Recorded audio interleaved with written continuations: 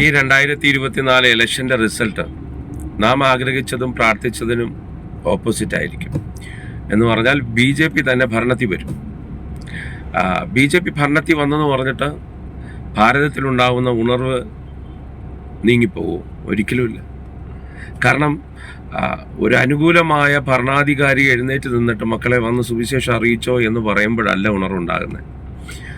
പ്രതികൂലമായി സഭയെ പീഡിപ്പിക്കാൻ തുടങ്ങുമ്പോഴാണ്. പീഡനത്തിൽ ഒരു സൈഡ് പീഡനമാണെങ്കിൽ മറ്റൊരു സൈഡിൽ ദൈവസഭയുടെ ശക്തിയുടെ മാനിഫെസ്റ്റേഷനാണ്.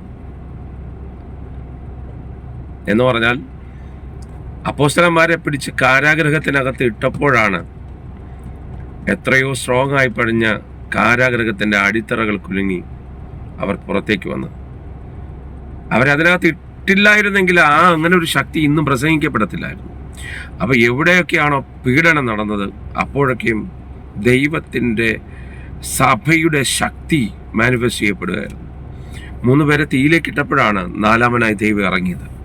അല്ലാതെ അനുകൂലമാക്കി വച്ച് ഒരു ഭരണാധികാരിയുടെ അനുകൂലതയും ഉണർവിന് വേണ്ട. എൻ്റെ ദൈവം ആരുടെ ഓസാരം സ്വീകരിക്കുന്ന ആളല്ല. അവൻ ആരാന്നവൻ തെളിയിക്കും. അപ്പം പ്രതികൂലങ്ങളും പീഡനങ്ങളും വരുമ്പോൾ അതിനകത്തുണ്ടാകുന്ന പ്രാർത്ഥനയുടെയും നിലവിളിയുടെയും ഒരു റിസൾട്ട് നാം ഭാരത സഭയ്ക്കകത്ത് കാണാൻ പോവുകയാണ്.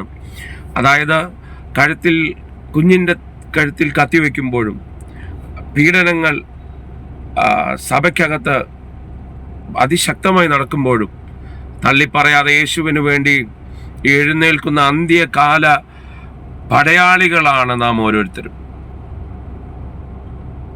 അത് നിശ്ചയമായി നാം കാണാൻ പോവുകയാണ്. നമ്മളത് അനുഭവിക്കാൻ പോവുക.